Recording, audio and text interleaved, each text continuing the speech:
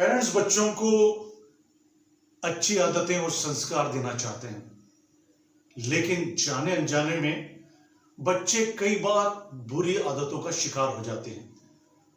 वो बुरी आदतें और गंदी आदतें सीख जाते हैं।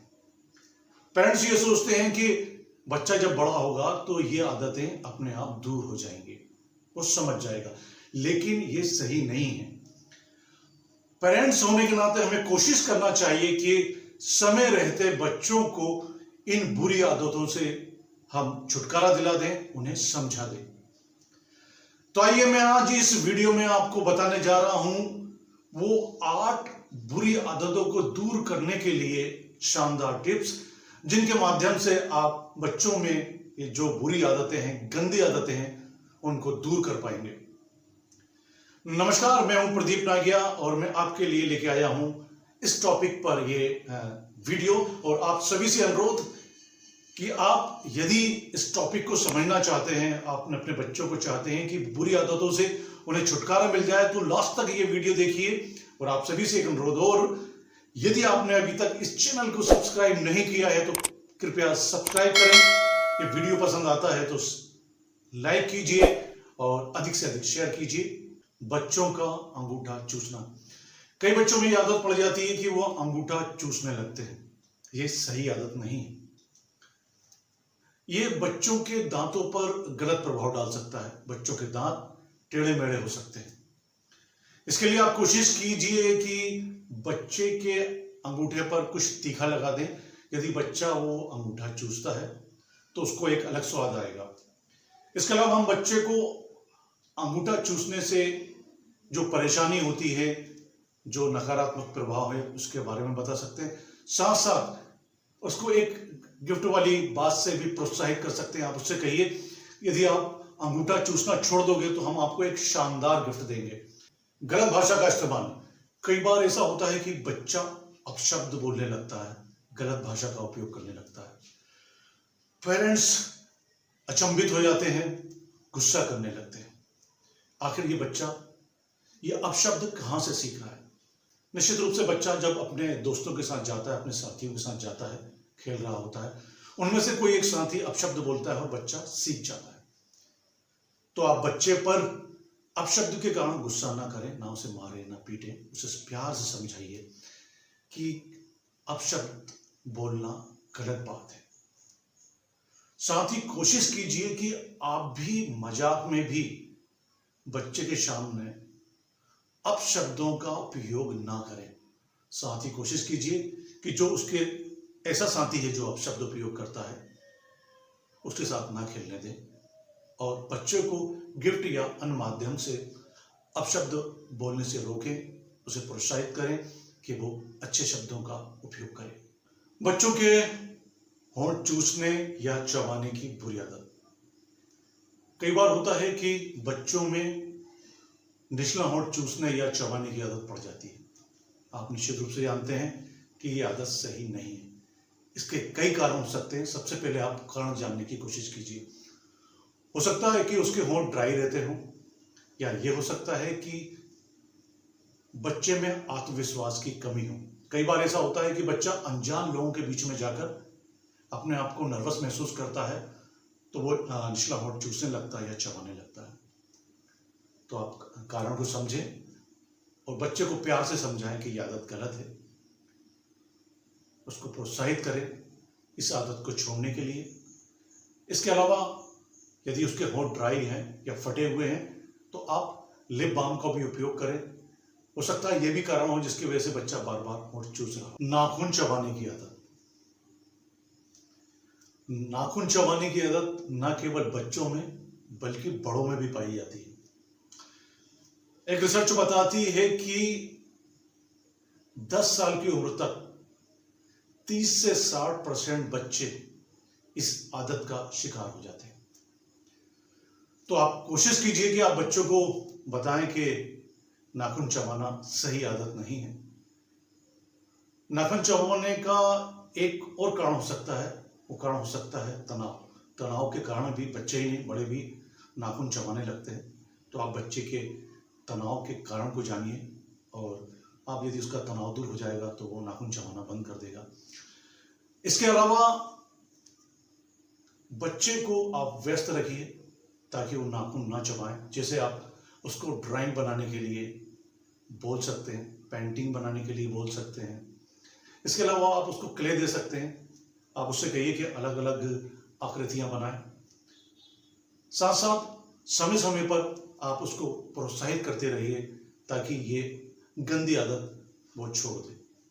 बात बात पर जवाब देना या पलटकर जवाब देना। पेरेंट्स इस आदत की वजह से बड़े परेशान रहते हैं। तो आप ये जान लीजिए कि बच्चों में 6 से 11 साल की उम्र में बड़े परिवर्तन आते हैं।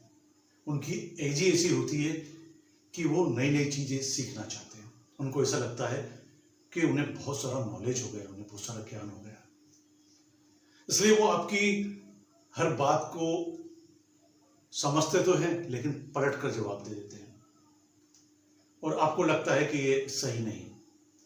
तो आप बच्चों को समझाइए कि बात बात पर पलट कर जवाब ना दे, ये बात सही नहीं है, क्योंकि आप अभी छोटे हैं, सारी चीजें आप नहीं समझते। हाँ, यदि आप बिना गुस्सा करे, बिना मारे, बिना पीटे यदि प्यार से समझाएंगे तो निश्चित रूप से बच्चा उस चीज को समझेगा और उसकी ये आदत धीरे धीरे दूर हो जाएगी। बच्चों में झूठ बोलने की आदत। बच्चे कई बार मनगढ़ंत कहानियां बनाने लगते हैं, इसमें उन्हें मजा आने लगता है, झूठ बोलने में मजा आने लगता है।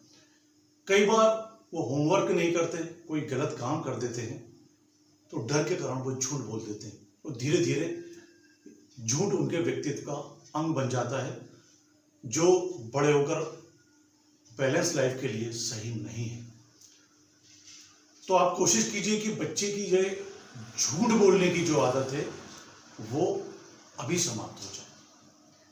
इसके लिए आप बच्चे को प्यार से समझाइए कि झूठ बोलना गलत है। नाक में उंगली डालना या बार बार नाक को छूना, यह आदत भी बहुत गंदी है और इसकी वजह से बार बार नाक में उंगली डालना और बार बार नाक छूना, ये एक बुरी आदत है जिससे बच्चा बीमार भी हो सकता है।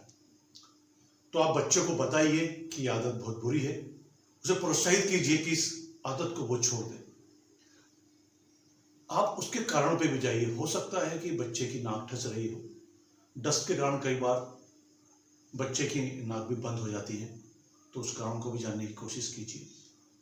साथ साथ उसे ये भी बताइए कि बेटा बार बार नाक छूने से आपके हाथ में जो कीटाणु होते हैं वो नाक में जाते हैं, इससे आप बीमार हो सकते हैं।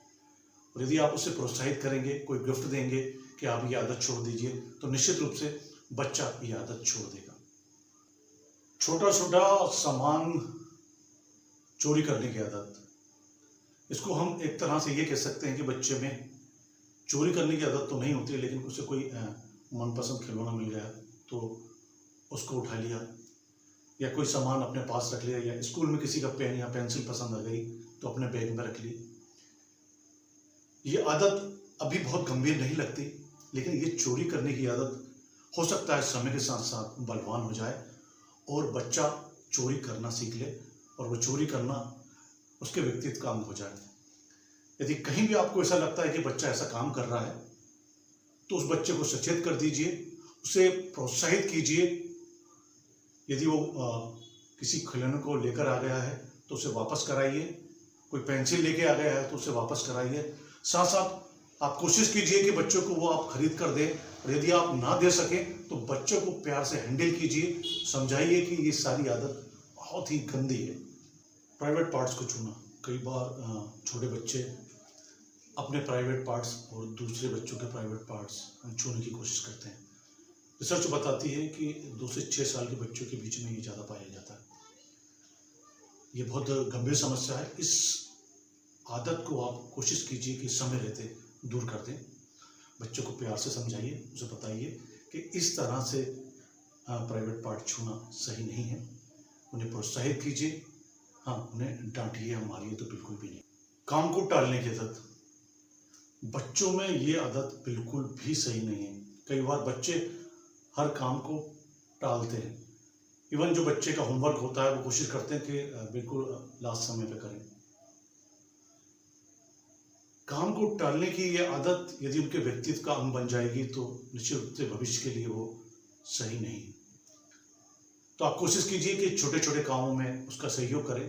उसका होमवर्क हो रहा तो आप भी उसके साथ बैठें, होमवर्क कराने में मदद करें और उसे बताएं कि काम को टालना नहीं चाहिए, समय पे करना चाहिए।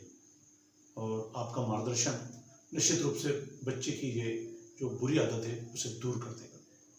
आदतें ही व्यक्तित्व बनाती हैं, तो आप कोशिश कीजिए कि बच्चे इन बुरी आदतों को जल्दी से जल्दी छोड़ दें और प्यार से आप उन्हें समझाएंगे तो निश्चित रूप से बच्चे इन बुरी आदतों को छोड़ देंगे।